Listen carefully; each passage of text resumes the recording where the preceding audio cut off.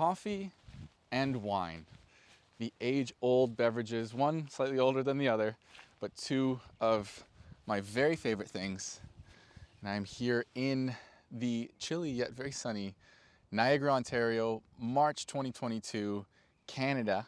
It's more like ice wine season, but we've got some nice wine and coffee on the table because I wanted to discuss some thoughts that I've been having while being back here. I just came back on a visit to my parents from Barcelona, and they happened to be renting a place for the time being on a vineyard. Yes, you can do that here. So it's gotten me thinking a lot about how much people do tend to compare wine and coffee, or at least specialty coffee, right? And I think there's a lot of merit to that, in my opinion. There's also a lot of sort of arguments, maybe from the wine community, also from the coffee community.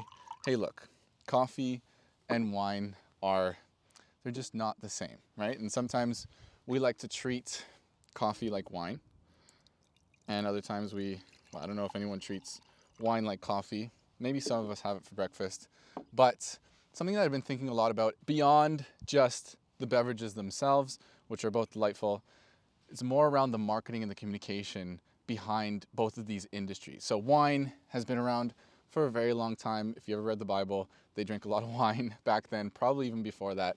And apparently it started in Georgia, the country, over in Eastern Europe. And it's one of my dreams to go there and check out the wine. We have nice wine here in Niagara too. And then of course, coffee coming all the way from Ethiopia, a little bit sooner on the timeline, maybe around 1,000 years ago. Won't get too much into the details, but I love both of them. And one thing that I've recognized when it comes to wine and how it's grown on the world stage, sort of its marketing, its communication from the vineyards themselves versus the coffee producers and how they have historically marketed their own coffee brands and their own product, their fruits, right? So they're both fruits. One does go through a specific fermentation.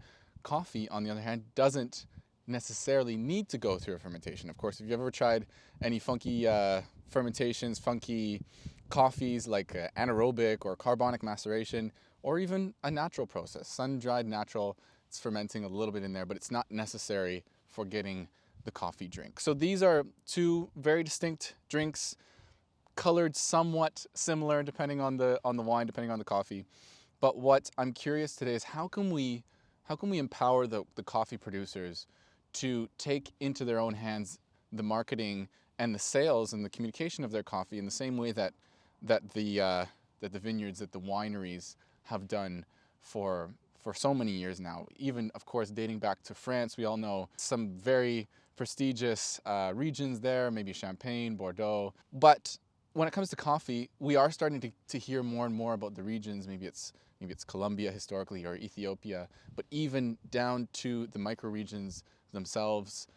Maybe it's Colombia, maybe it's Medellin, or maybe it's Huila. What I've realized is we're putting the power into the hands of the coffee producers more and more, but I still feel like we have a long way to go. So historically, maybe we would leave it up to the coffee roasters or to the importers to take all those photos, post it on their website. Everyone's walked into a Starbucks and seen the beautiful photos of the coffee cherries on the wall, people picking, people milling, grinding, roasting.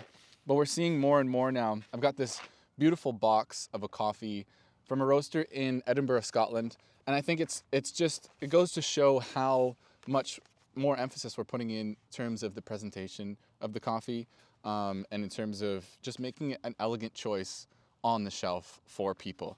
Same how, wineries have been doing for a very long time, but we've got a lot more information on this bag. So coming from Costa Rica, and it's got a lot more characteristics in terms of, the region, Terrasu, and even the fermentation process itself, the anaerobic, and speaking a little bit more to that. Of course, Luis Eduardo, and being able to share his story. But what I'm noticing now more and more is the producer can share their own story through technology, through social media. Because historically it's been, a lot of photography, storytelling, writing, from the roasters, from the cafes, from the importers. But now with Instagram, with WhatsApp, maybe Facebook, YouTube, we're seeing a lot more of that communication coming straight from the source. And I think that's really cool to observe. It's really cool to keep in mind and notice how can we help them along the journey. If you've seen any of my content, of course, I have gone to my own, taken my own trips to coffee farms and helped other importers and roasters to be able to create that content.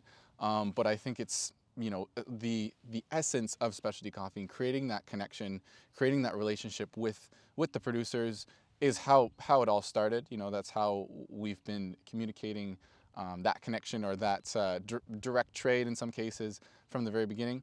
But how can we go one step further and just give space to the coffee producer in a similar way that, maybe the wine producers, the wineries, the vineyards have been able to communicate their story because it's coming straight from the source, right? So they're bottling up, they're putting their own brand right on the bottle, most oftentimes, unless it's white labeled. So those are just some of my thoughts. If you have any other sort of ideas or things that have come to mind for you in your coffee journey, maybe you work in the industry, maybe you're a roaster, maybe you're a barista, and you've been asking these questions, okay, how can we do something? I'd be really curious to hear about it in the comments. Write an example of how we could continue to create those connections, and also just leave space for our coffee producing friends, the coffee farmers, and people along that supply chain, for them to be able to tell their own story and market directly to consumers. And then, of course, use people in the middle, like the exporters, the importers, the roasters, and and the cafes, to be able to facilitate that product. So I just think it's really cool how we've been able to move in that direction now with a lot of the tools that are at our disposal. And over the next little bit, over the next few months, I'm going to be also visiting some of those regions again. So it's been a while since I've gone to a coffee farm. I've never been to South America, so that's on the agenda for me.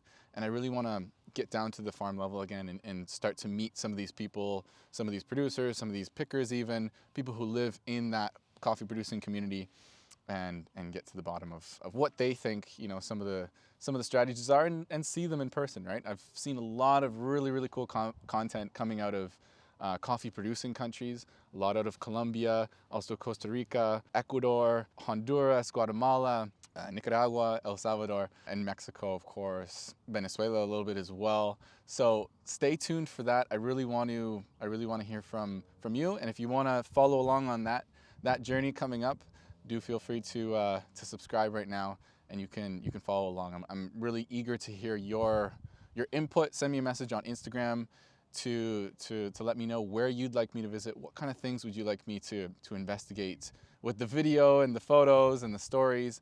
Because I'm very curious about seeing where it's going to go next in 2022, 2023. Look forward to having you in the wine glass, in the coffee cup, along for the journey. And don't mix these two, because it doesn't really tend to go well together.